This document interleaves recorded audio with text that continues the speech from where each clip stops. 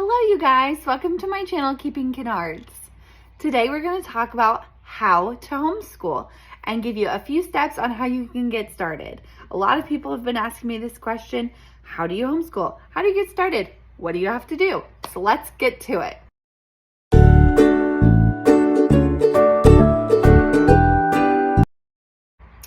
So maybe you have already decided I want to homeschool my kids. Maybe your kids are not school age and you're still deciding what you want to do. I don't know if I want to homeschool. What is this homeschool thing all about? Maybe your kids are in public school and you're really just feeling the urge to pull them out. The biggest and number one thing that you need to decide as a homeschooling mom is your reason. Why do you want to homeschool your kids? Is it about time with your kids? Is it about flexibility? Do you not like the curriculum or what your kids are learning in school? Is your child falling behind and you just want to see, what is this homeschool about? Maybe I can give him some one-on-one extra reading practice or what have you. You have to decide your reason, because without your reason, there will be a time when homeschooling gets hard and you will not want to do it. But because you have that reason why always in the back of your mind, it'll get you through those rough patches.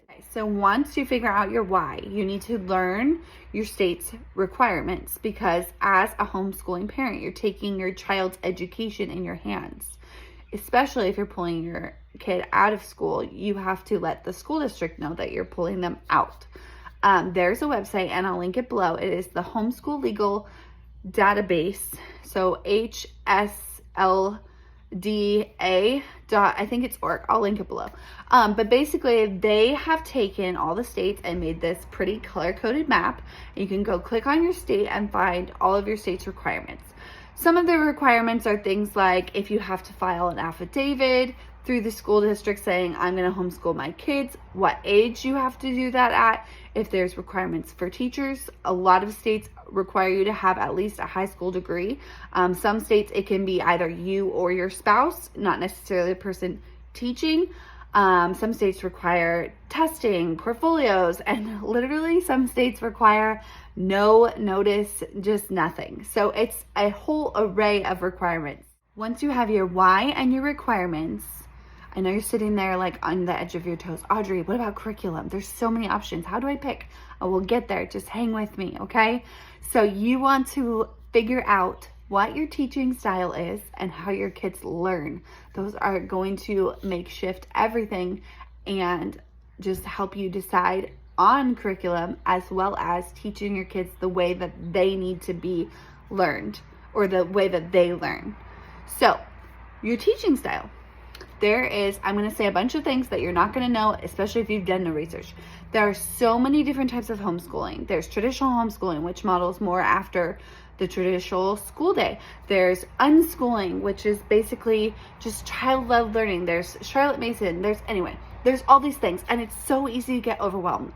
And I recommend just going online and literally typing in, what's my homeschool teaching style? And take a quiz. Just take a quiz and leave it at that. It will ask you all the important questions and it'll help lead you in the right first direction. And then obviously you want to learn your kids or know your kids' learning style. If your kid is an auditory learner, then you want to make sure to incorporate maybe a lesson that has some audio, like an audiobook, instead of them reading it in their head. Or my son with math, he's a very kinesthetic, not just with math, with everything, but he's a very kinesthetic, tactile learner. So we make sure we involve those learning styles in his education every day. Okay, before we talk curriculum, I wrote this in a different order, but we're gonna talk about this first. So specifically, if you are pulling your kids out of school, it is so hard to go from a public school mindset to a homeschooling mindset. They are polar opposites. You are not doing school in your home. You're not bringing the classroom into your home. You are homeschooling. Your schooling fits into your home, into your life. And it's so hard to get out of that mindset.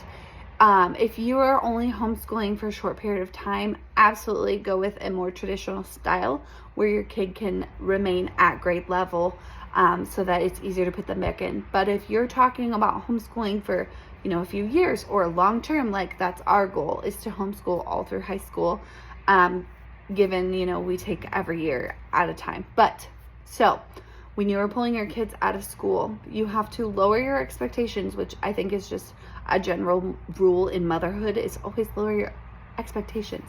But also let go of your mindset.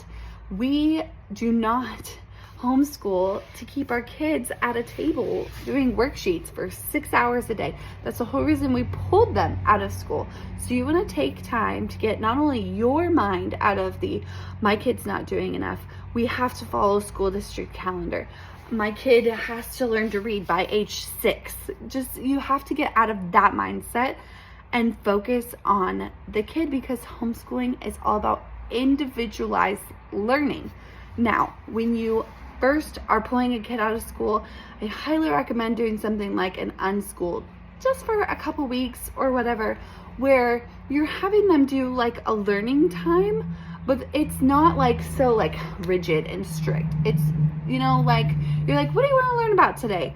Oh, well, I want to learn, Jonah, he loves the brain. So one day he wanted to learn about nightmares. So we literally just watched a YouTube video, talked about nightmares. I made him draw a picture. Just let your child lead and foster the love of learning for a few weeks. And I promise you, they will get out of that rigid rhythm, so much so that they will be excited for the curriculum that you are going to buy. So let's talk about my favorite. Okay, there are literally like, I don't even know, 10 million curriculums out there. Now, if you've already completed the homeschool style or whatever quiz that you found online, you're one step ahead. So if you know your homeschooling style, you just want to look up your style curriculum. So Charlotte Mason curriculum, classical homeschooling curriculum, that will lead you to that specific kind of curriculum. Now, when you're first starting out, I would recommend you try and find something that's open and go. And I know a lot of people are like, what the heck is that? Okay, so open and go is you literally open the book and you just do what it says. There's no planning.